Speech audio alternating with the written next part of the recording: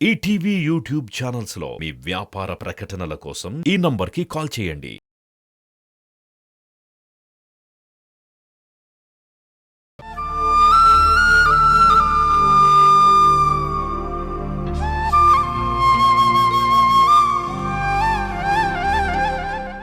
గుర్తు చేసుకుని చెప్పండి నాన్న.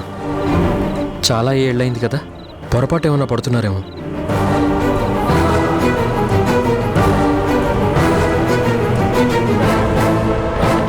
వీడేంటి అదోలా మాట్లాడుతున్నాడు? వదిన గురించి తెలిసిందా? లేకపోతే వదిన చూశాడా, కలిశాడా? చెప్పరేంటి నాన్న? చెప్పానుగా, మళ్ళీ చెప్పేదేముంది? చనిపోయింది.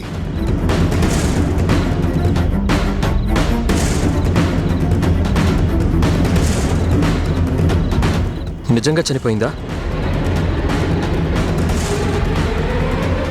ఖచ్చితంగా వీడికేదో తెలిసే ఉంటుంది, లేకపోతే ఇలా అడగడం. నమ్మమంటారా? ఎస్, నమ్మాలి, నమ్మి తీరాలి. నా మటుకు నాకు చనిపోయి చాలా కాలమైంది.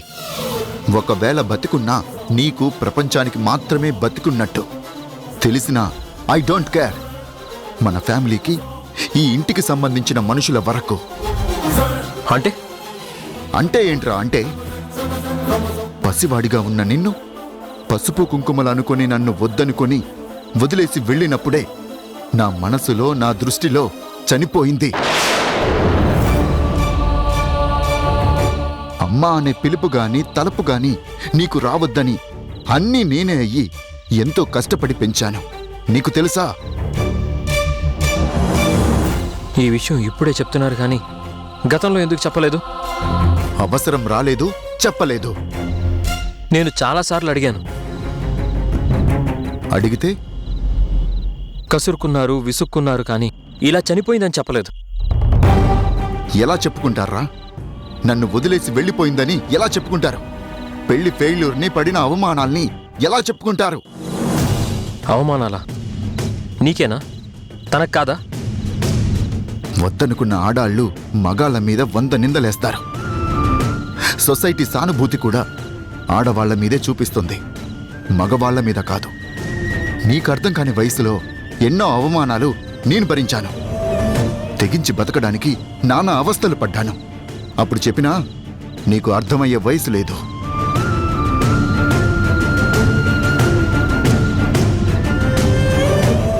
నిన్ను గొప్పగా పెంచే విషయంలో ఎంత సర్వీస్ చేశానో నీకు తెలుసా? ఇప్పుడు నన్ను ప్రశ్నిస్తున్నావు కానీ ఏనాడైనా నువ్వు నన్ను అర్థం చేసుకున్నావా? ఇప్పుడొచ్చి ఆవిడ గురించి అడుగుతున్నావు. నిన్ను నన్ను వద్దనుకొని వదిలేసిపోయినా ఆమె గురించి నాకు ఇష్టం లేక నేనే చెప్పలేదు. ఇప్పటికైనా అటు ఆలోచించడం మానేసి ఇటు నా ప్లేస్లో ఉండి ఆలోచించు. అమ్మా నాన్న నాకిద్దరూ సమానమే. ఒకరి పక్కన నిలబడి ఎందుకు ఆలోచిస్తాను? నేను పెరిగాను, మనసు పెరిగింది. నాకు వయసు పెరిగింది, నాతో పాటు ద్వేషము పెరిగింది. గతం మర్చిపోయి నీకోసమే బతుకుతున్నాను. ఈ ఊరొచ్చింది కూడా నీకోసమే. నేను ఈ ఊరెందుకు రావాల్సి వచ్చింది? తరుణ్, ఎందుకురా డిస్కషన్? ప్లీజ్ నన్ను కన్విన్స్ చేయాలని చూడకండి. నా క్లారిటీ కావాలి. నేను క్లారిటీగానే చెప్తున్నాను. నేను సాటిస్ఫై కాలేదు. మీకోసం, మీతో టైం స్పెండ్ చేయాలని ఆరాటపడి అవకాశం దొరక్క బాధపడి చివరికి విసుగొచ్చి ఇక్కడికొచ్చాను. ఆవిడ నాలాగానే స్ట్రగుల్ అయ్యి వెళ్ళిపోయి ఉంటుంది అనుకోవచ్చుగా. నన్ను వదిలి వెళ్ళడానికి, నిన్ను వదిలి వెళ్ళడానికి నువ్వే కారణం కావచ్చుగా. Stop it!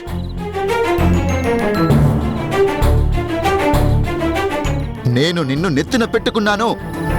తను నాకు నీకు విలువ ఇవ్వకుండా, లెక్క చేయకుండా తన దారి తను చూసుకుంది. నానా, Tarun, no more arguments, no more discussions about her. ఈ ఇంట్లో ఎవ్వరూ తన గురించి కానీ, గతం గురించి కానీ తన పేరు నాకు వినిపించే ప్రయత్నం చెయ్యొద్దు. She not more in my sight. నా టాలరెన్స్ పరీక్ష చేస్తే నా కోపం నువ్వు తట్టుకోలేవు.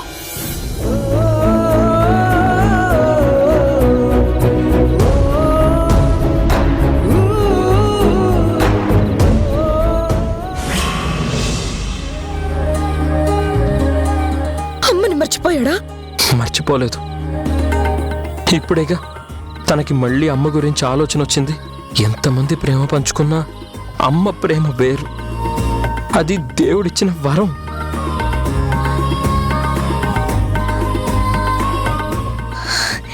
అమ్మా అమ్మా, ఏంటి జనని? ఇన్నేళ్ల తర్వాత నాకెందుకో బలంగా నా పెద్ద కొడుకుని చూడాలనిపిస్తుందమ్మా. దీని మనసులో కొడుకుని చూడాలన్న కోరిక కలిగిందంటే అంతా ఆ దేవుడి సంకల్పంలా ఉంది. ఈ ఆలోచనే అల్లుడికి దగ్గర చేస్తుందేమో. అమ్మా, మాట్లాడవేంటి? ఏం మాట్లాడమంటావు? నీకు చూడాలనున్నా ఎలా చూస్తావు? ఎక్కడున్నాడని వెళ్తావు? అమ్మా, వాడు వైజాగ్లోనే ఉన్నాడు. ఎవరు చెప్పారు? ఆ, నా మనసు చెప్తోంది. మనసు చెప్పచ్చు, కానీ ఎలా చూస్తావు? వీలయ్యే పనేనా? గుణా చూడ్డానికి ఒప్పుకుంటాడా? నిన్ను రానిస్తాడా? వీలు కాదంటే చూడటం ఎలా కుదురుతుంది? తప్పు చేశాను, చాలా పెద్ద తప్పు చేశానమ్మా. అవును, ఆ మాట అప్పుడు అన్నాను, చాలాసార్లు నీతో అంటూనే ఉన్నాను, కానీ నువ్వే వినలేదు. ఇప్పుడు నీకు నువ్వే అన్నావు కాబట్టి ధైర్యం చేసి చెప్తున్నా. వెళ్ళి ఒకసారి గుణాన్ని కలువమ్మా. వెళ్ళి కాళ్ళ మీద పడమంటావా? కరుణించు అని వేడుకోమంటావా? చచ్చి బ్రతకమంటావా? నేను తప్పు అని చెప్పింది అతన్ని వదిలేసి వచ్చినందుకు కాదు, నా కొడుకుని అక్కడ వదిలేసి వచ్చినందుకు. అయినా నా కొడుకుని చూడడానికి ఆయన గారి పర్మిషన్ ఎందుకమ్మా? సొత్తు నీ దగ్గర లేనప్పుడు, మరొకరి ఆధీనంలో ఉన్నప్పుడు నాది అనే హక్కు నీకుండదుగా. సొత్తు ఏంటమ్మా సొత్తు? నా రక్త సంబంధం అమ్మా. కాదని అధికారం ఎవ్వరికీ లేదు. అయినా వాళ్ళు బలవంతంగా లాక్కున్నది, నేను వదులుకుని వచ్చింది కాదు. ఏళ్లు గడిచిపోయినాయి కదా. ఏళ్లు గడిస్తే బంధాలు పోతాయా అమ్మా? నా బిడ్డ నా సొంతం. కర్ణుడు కుంతి కొడుకి అయినా కాలం గడిచిపోయాక వెళ్లి అర్థిస్తే కర్ణుడు ఆదరించినా వాళ్ళ వైపే గాని నీ వైపుకు రాను అన్నాడమ్మా. ఆమె తను తప్పని వదిలేసింది, నేను తప్పక వదులుకోవాల్సి వచ్చింది. ఆ కథకి నా వ్యధకి చాలా తేడా ఉంది. అక్కడ సహకరించిన దేవుడు ఇక్కడ సహాయపడతాడా? నాకెవ్వరి సహాయం అక్కర్లేదు. వాడి తల్లిగా నాకు హక్కుంది. చట్టం కూడా కాదందు, న్యాయం కూడా తప్పు పట్టదు. ఏంటి చట్టం న్యాయం అంటున్నావు? కోర్టుకెళ్తావా? మనస్సాక్షితో వెళ్తాను. ఎవరు కాదంటారో నేను చూస్తాను. నా కొడుకును చూడకుండా ఎవరు అడ్డుపడి ఆపుతారో నేను చూస్తాను. ఎన్నేళ్ళు మౌనం మాత్రమే చూసిన ఈ లోకానికి నా కోపం ఎంత భయంకరంగా ఉంటుందో తెలిసేలా చేస్తాను. నా కొడుకుని కలిసి తీరుతాను. వాడే కలవనంటే అన్నడు. ఏ కొడుకు తల్లిని చూడను మాట్లాడను అని చెప్పడు. జనని, మధు వస్తోంది.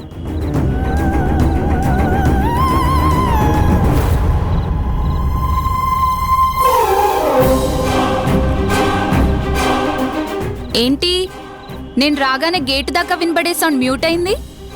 ఎవరికో నివాళులు అర్పిస్తున్నట్టు సైలెంట్గా నిలబడ్డారు. చెడు వార్త ఏమైనా విన్నారా? చెడేమైనా తలపెట్టారా? ఏం మాట్లావి? మీరెందుకు మాటలు ఆపేశారు? సీక్రెట్ ఏమైనా మాట్లాడుకుంటున్నారా? నీకు తెలియని రహస్యాలు ఏమున్నాయి మా దగ్గర? చాలా ఉన్నాయిలే, కానీ నన్నెందుకు వాదించి విసిగిస్తారు?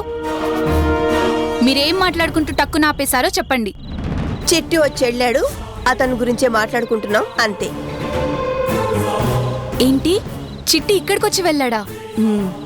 ఇక్కడికి వచ్చినవాడు నేను ఎన్నిసార్లు ఫోన్ చేసినా ఆన్సర్ చేయడం లేదు. జర్నీలో ఉన్నాడేమో అనుకున్నా. మీరు ఇక్కడికి వచ్చాడు అన్న తర్వాత డౌట్ వస్తుంది. నువ్వేమైనా చిట్టికి నాతో మాట్లాడొద్దు, నాకేం హెల్ప్ చేయొద్దని చెప్పావా? నాకేం అవసరం? అయినా చిట్టిని నువ్వు హెల్ప్ అడిగావా? నువ్వు హెల్ప్ అడిగావా? అంటే నువ్వు అడిగావా? వాడిని ఏం హెల్ప్ అడిగావు? వాడు నాతో ఏం అనలేదే. నువ్వు అడిగిన హెల్ప్ ఏంటి? నిన్నే అడిగేది, చెప్పు. నువ్వేం అడిగావో అది చెప్పవే ముందు. ఈవిడ గారి మ్యారేజ్ సర్టిఫికేట్ ఒరిజినల్ తెమ్మని అడిగాను. వాడే కంచి తెస్తాడు. ఈవిడ పెళ్లి వైజాగ్లోనే కదా జరిగింది. వాడు వైజాగ్ వెళ్ళాడు కాబట్టి కాస్త తీసుకురారా అని చెప్పాను. గంటలో డీటెయిల్స్ చెప్తా అన్నాడు.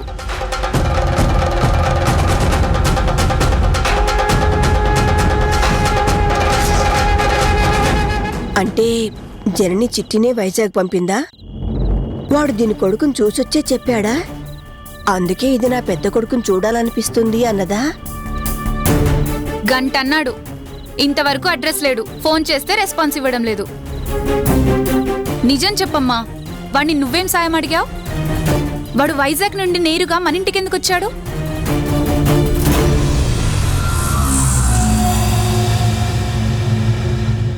వాడిని అడగాల్సిన అవసరం నాకు లేదు.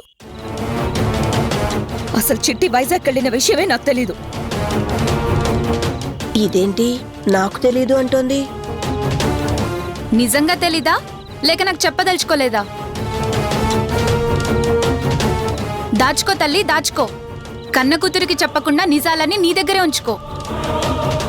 ఏదో ఒక రోజు మా నాన్న దొరకకపోడు, ఆ రోజు నేను నీకు శాశ్వతంగా దూరం కాకపోను.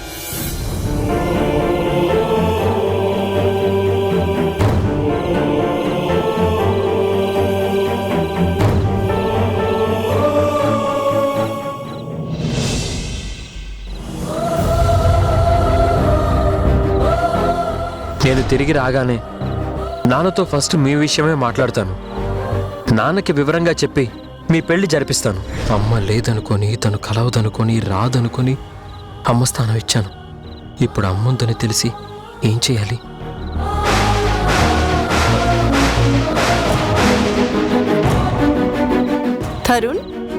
తరుణ్ ఎప్పుడొచ్చావు తరుణ్ ఊరు నుంచి? ఇప్పుడే. వెళ్ళిన పని ఏమైంది? ఆంటీ వాళ్ళ కొడుకుని చూసావా? చూశాను. ఆ అబ్బాయి ఎలా ఉన్నాడు? బాగానే ఉన్నాడు. మరి నువ్వు మాట్లాడావా? వెళ్ళింది అందుకే కదా. ఏం మాట్లాడావు? అతను చెప్పింది అచ్చం నాకదే అనిపించినట్టయింది. అంటే మా కథలో తేడా లేదు. అతను అమ్మలేని బాధ అనుభవించిన వాడే. మీ అమ్మ నాకు తెలుసు హైదరాబాద్లో ఉందని చెప్పలేకపోయావా? ఎలా చెప్పను? ఏ నిజమే కదా, దాచడం ఎందుకు? ఆల్రెడీ మరొకరు అతని అమ్మ స్థానంలోకి వచ్చారు. అదేంటి? ఏంటంటే ఏం చెప్తాం? ఎవరు చెప్తారు? విధి అంటారే అది. దాని నిర్ణయం అలా జరిగిపోయింది.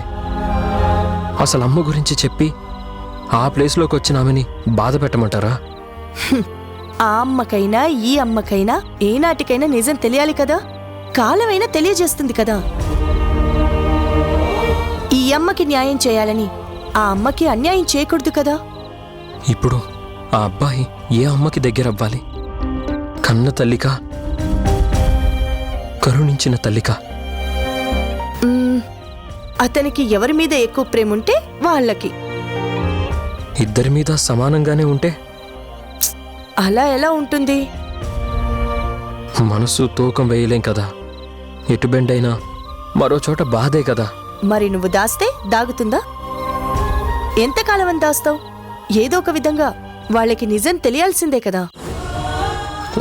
కాలమని ఇందాక అన్న మాటే తేల్చాలి. నీకేం చెప్పాలో తెలియని పరిస్థితి అయిందా? ప్రస్తుతానికి అలా అనుకోవాల్సిందే. మరి అతనితో ఏం మాట్లాడావు? మౌనంగా మనసు చెప్పింది విన్నాను. అతనిది అదృష్టం అనాలో దురదృష్టం అనాలో అర్థం కాని పరిస్థితిలో నిలబడ్డాను. ఎవరమ్మా, ఎవరికి అతను కొడుకు అన్న ప్రశ్నకి సమాధానం దొరకలేదు. ఏం చెప్పాలో తెలియదు. ఓదార్చాలో అభినందించాలో అర్థం కాలేదు. నువ్వెందుకు అంత ఫీల్ అవుతున్నావు తరుణ్? అంబాసిడర్గా వెళ్ళింది నేనే కదా. వాస్తవం తెలిసింది నాకేగా. తరుణ్, ప్రతిదీ అలా హార్ట్కి తీసుకుంటే ఎలా? ఇంకా నేను గుండెల్ని కోసేదాకా ఎదగలేదు. ఎదిగినా హార్ట్ సర్జన్ అయినా వృత్తి వేరు, ప్రవృత్తి వేరు. అలవాటు పడితే వృత్తే ప్రవృత్తి కావచ్చు. తప్పు. మటన్ వ్యాపారం చేసే వాళ్ళైనంత మాత్రాన మానవత్వం పోదు. చాలా బాధగా ఉంది. నాకు అమ్ముందని తెలియక మీరే ఆ అమ్మ అని ఆశ పెంచాను. ఇప్పుడు నేనేం చేయాలి?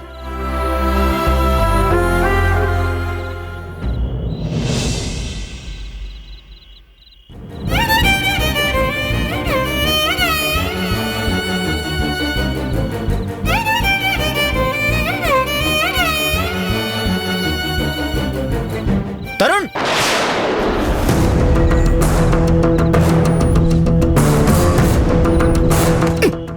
ఏంటో నువ్వు చేస్తున్న పని? చనిపోయిందని వాడు చెప్పడం, నువ్వు దండ వేయడం తప్పు. చాలా తప్పు చేస్తున్నావు. అంటే మా అమ్మ బతికే ఉందా? మా నాన్న అబద్ధం చెప్పారా?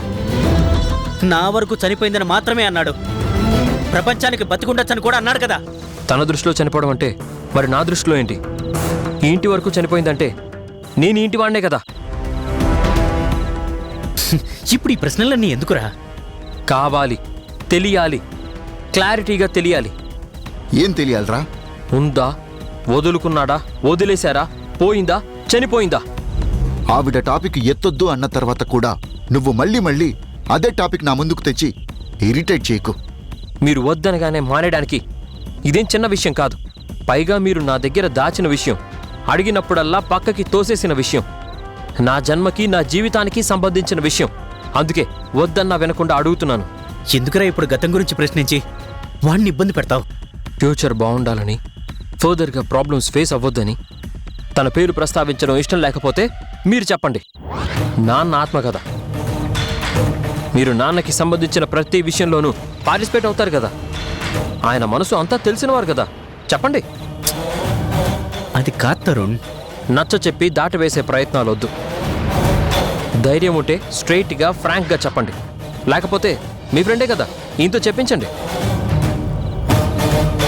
కఠినంగా చనిపోయిందనేంతగా తప్పు నా తల్లి ఏం చేసిందో నాకు తెలియాలి. మర్చిపో అన్నంత పాపం ఏం చేసిందో నేను తెలుసుకోవాలి.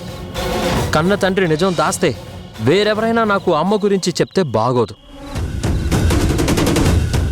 మొట్టమొదటిసారి మీ నాన్న అని చెప్పేది మా అమ్మ. అలాగే మీ అమ్మ అని చెప్పాల్సిన బాధ్యత కూడా మీదే. చిట్టి, నీకు ఊహ తెలిసిన దగ్గర నుంచి నువ్వంటే నాకు ఎంత ఇష్టమో, నీకోసం ఎంత చేశానో నీకు గుర్తులేదా? నీ గురించి నేను అడగడం లేదు. అమ్మ చేయాల్సిన పనులు నువ్వే ఎందుకు చేయాల్సి వచ్చింది? అమ్మా నాన్నల ఇద్దరి ప్రేమ నేనెందుకు పంచుకోలేని స్థితి వచ్చింది? అమ్మే తొలి మాట, అమ్మే తొలి గురువు, అమ్మ ఒడే బడి. దెబ్బ తగిలితే అమ్మ అని అందరూ తలుస్తారని అంటారే, నేను మాత్రం ప్రతి బాధకు నాన్న అనాల్సిన అవసరం ఏమొచ్చింది? ఆ మూర్ఖత్వానికి నన్ను సమాధానం చెప్పమంటావా? నా ఎదురుగా ఉన్నది నువ్వే కాబట్టి సమాధానం చెప్పాల్సింది నువ్వే. Stop it Tarun.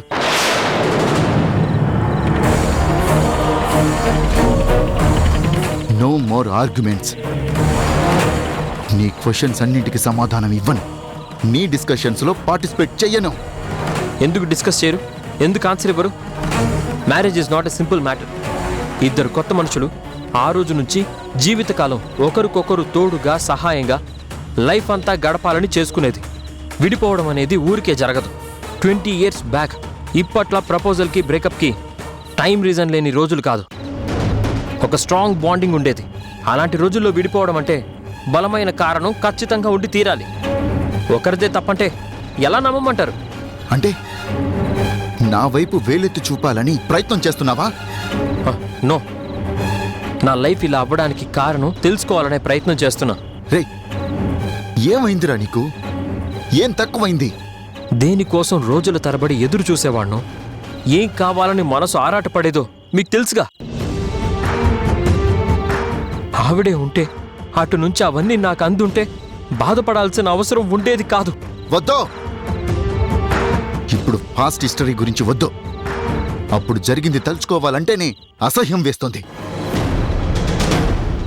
నీతో గడపడం లేదన్నా కన్విన్స్ అయ్యాను. నువ్వు నా మీద అలిగొచ్చినా తప్పు నాది అని పశ్చాత్తాపడ్డాను. నువ్వు అవ్వకూడని అలవాట్లకు అలవాటైనా నిర్బంధించలేదు. అలవాట్లు మాన్పించాలని తాపత్రయపడ్డాను. నీతో ఫ్రెండ్లా బిహేవ్ చేశాను కానీ ఖచ్చితంగా ఇలాగే ఉండాలని ఎప్పుడూ శాసించలేదు. నువ్వు నరాలు కోసుకుంటే నేను నరాలు చిట్లేంత స్ట్రెస్ ఫీల్ అయ్యా. కోరిక తీర్చడానికేగా అంత పేరున్నా ఆదాయం ఉన్నా నీకోసం నీ మీద ప్రేమతో ఇక్కడికి వచ్చాను. నీకోసం ఏం చెయ్యడానికైనా సిద్ధపడ్డవాణ్ణి నువ్వే నిలదీస్తే తట్టుకోలేంట్రా. నా కోసం ఏదైనా చేస్తావా? అడగరా. నీకోసం, నీ ఫ్యూచర్ కోసం, నీ డ్రీమ్స్ కోసం ఏమైనా చేస్తా. నువ్వు ఎవరినైనా ప్రేమించినా వివరాలన్నీ అడగకుండా నీ లైఫ్ పార్ట్నర్ని చేస్తా.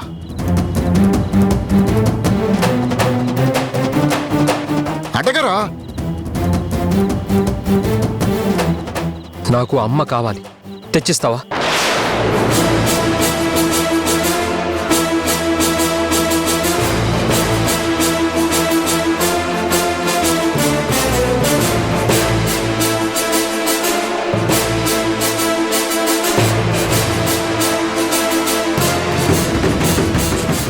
ఓకే, నీకు అమ్మే కావాలి అంటే నీకు మళ్ళీ అమ్మని తీసుకొస్తాను. మళ్ళీ అమ్మని తీసుకొస్తావా? అమ్మనే మళ్ళీ తీసుకొస్తావా?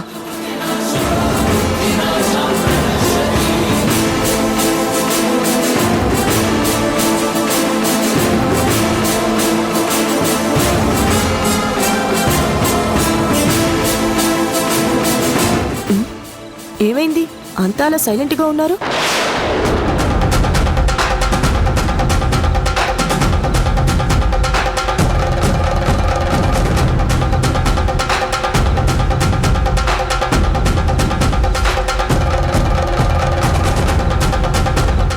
నీకోసం మళ్ళీ అమ్మని తీసుకొస్తాను.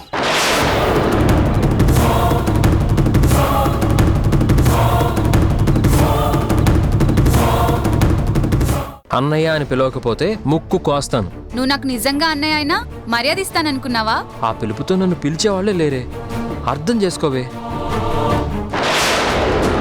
నా మీద ఒట్టేసి నిజం చెప్పరా, అప్పుడు అన్నయ్య అని పిలుస్తాను. నువ్వు వైజాగ్ వెళ్ళి ఏం చేసి వచ్చావో చెప్పు.